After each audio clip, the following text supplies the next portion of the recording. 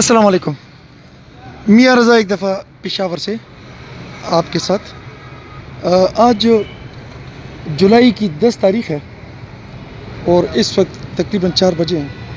आए जनाब एक साहब से मुलाकात करते हैं जिन्होंने एक खूबसूरत टोपी पहनी हुई है और इसके अलावा जो है खूबसूरत हार जो है वो पहने हुए हैं, या इसको लॉकेट कह सकते हैं, पहने हुए हैं।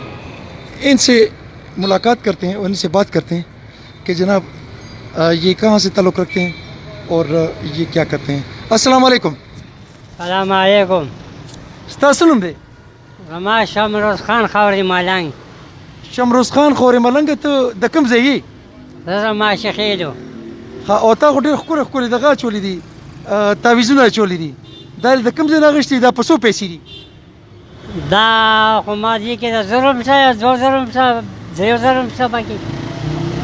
او د دې څه فایده شته دی او که نه دا ته هسې د خوند دپاره اچولې دي؟ دا خو مې شوق دپاره اچولي چې زما دې سره شوق دی. او د سهارې مالې څه ټایم پاسې او د شپې څه ټایم ویده کېږي؟ د شپې چې دی نو د ماسپښین چې مونځ وکړم ویده کېږم، او د سهار چې مونځ وکړم نو بیا پاسم. او دا راته ووایه چې کاروبار څه کوې او څومره پیسې د ورځې ګټې؟ یاره زما د کاروبار زه خو ټوله ورځ ناست یم ګدا کوم، او د ورځې د پیسو مې څه پته نه لګي. 200 هم میلو شي، 300 هم میلو شي، هېڅ پته نه. څه مطلب څه ګدا کوې؟ لکه خیر غواړې؟ خیر غواړم. او ستا زامن شته دی هغوی څه کار کوي؟ یو 3 زامن مې شته دی، هغه 2 چې دی نو د دیګونو والا سره دي، او هغه یو چې دی نو بس ګیر دی رانه، خطا دی رانه. او تا له څه پیسې میسې درکوي که نه درکوي؟ ستا خیال نه ساتي؟ یاره زما خیال یې چې ساتلی خو ښه به وکړه. ښه ټیک شو. دا زمونږ ملنګ صاحب دی چې کوم تاسو ولیدو، د ښایسته تعویذونه اچولي دي، په زړه کې دا وایي چې ګنې دا مطلب د دې ثواب دی. او ده له تپوس کوو چې آیا د دې څه ثواب هم شته؟ ملنګ خان د دې څه ثواب هم شته؟ تا چې کوم تعویذونه اچولي دي، دا تا چې کوم تعویذونه اچولي د دې ثواب شته؟ نه، دا شوق دپاره ما اچولي دي، او نور ثواب یې داسې زه نه وینم ډېره.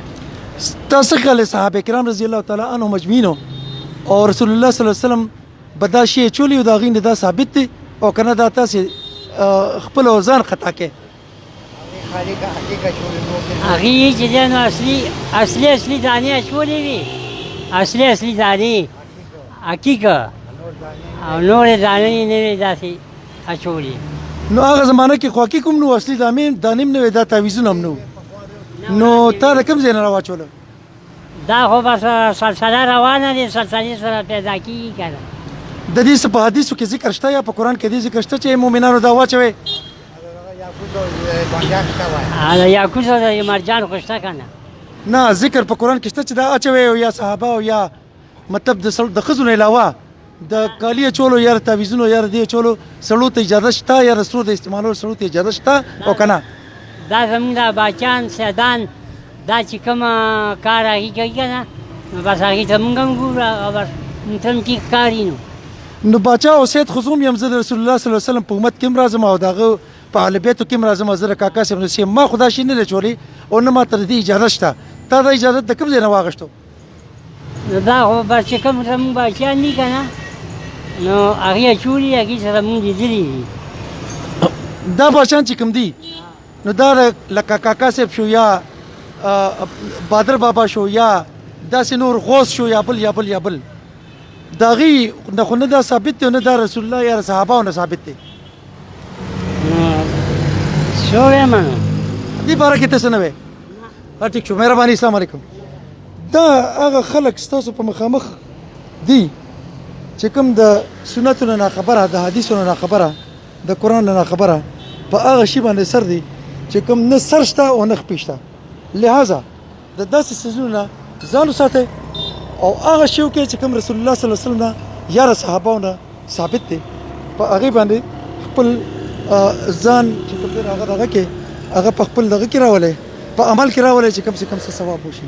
دا زه په پېښور کې پېښور صدر قیوم سټیډیم څه ولاړ یم او د دې کس ته ما تپوس وکړو چې ما ته په دې څیزونو انتهایي تکلیف او انتهایي څه افسوس وشي په ځای لري چې موږ د صحابه کرامو په لار روان شو او د حضرت محمد صلی الله علیه وسلم په طریقه باندې روان شو دا غیر یو الټه طریقه موږ شروع کړي چې کوم نه سر ستنه پېښه الله دې موږ د بدعاتونه او د شرکیه عاداتونه د الله پاک موږ زموږ بچو ساتي امين جزاک الله که زما په دې دغه کې زما په دې ویډیو کې زما څه کبي کوتاهي شوي زه د چا دل آزاري کول نه غواړم د معافی طلبګار یم السلام علیکم ورحمت الله